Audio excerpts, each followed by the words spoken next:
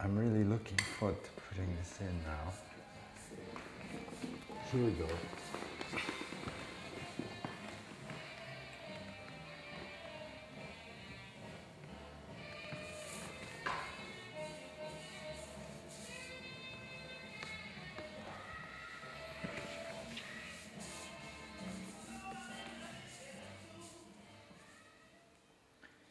You know, with this kind of painting, there's this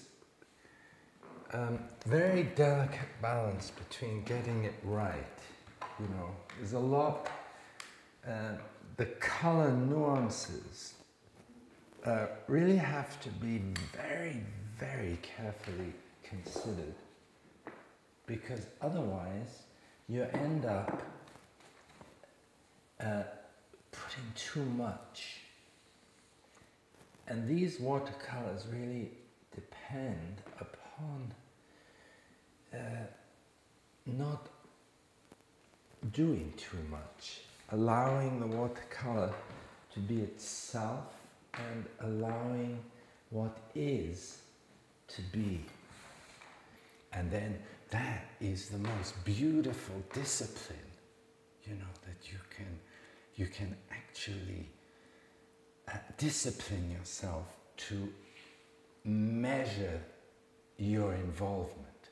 So my involvement with these watercolors here are probably less in a way than any other painting practice, because you really have to stop yourself. You have to say, okay, lay down the color and give it time to dry in the first place, because you don't really see it until it's dried, and then you look at it and then you make the next steps, but very cautiously, with trepidation. The whole point of this series is about creating something which is incredibly open.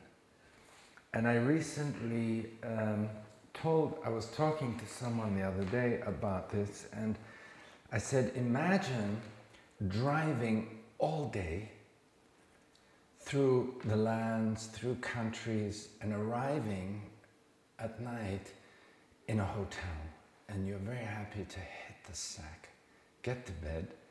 Early in the morning, you wake up, you open the curtains, and you look out to something like this, full of space.